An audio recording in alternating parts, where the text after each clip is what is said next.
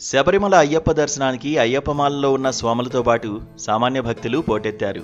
ఊహించిన విధంగా అంచనాలకు మించి భక్తులు భారీ సంఖ్యలో తరలిరావడంతో అందుకు తగిన ఏర్పాట్లు చేయలేదని తీవ్ర విమర్శలు వ్యక్తమయ్యాయి.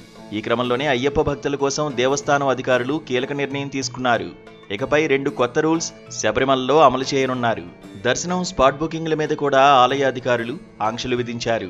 ఇకపై ప్రతిరోజు కేవలం 20,000 స్పాట్ బుకింగ్ దర్శన టికెట్లను జారీ చేయబోతున్నామంటూ దేవస్థానం అధికారులు ప్రకటించారు. స్పాట్ బుకింగ్ టికెట్ల కోసం భారీగా తరలివస్తున్న భక్తులతో పంబా కిక్కిరిసిపోతుండటంతో కొత్తగా నీలక్కల్లో కూడా 7 స్పాట్ బుకింగ్ కౌంటర్లను తెరవనున్నట్లు అధికారులు తెలిపారు.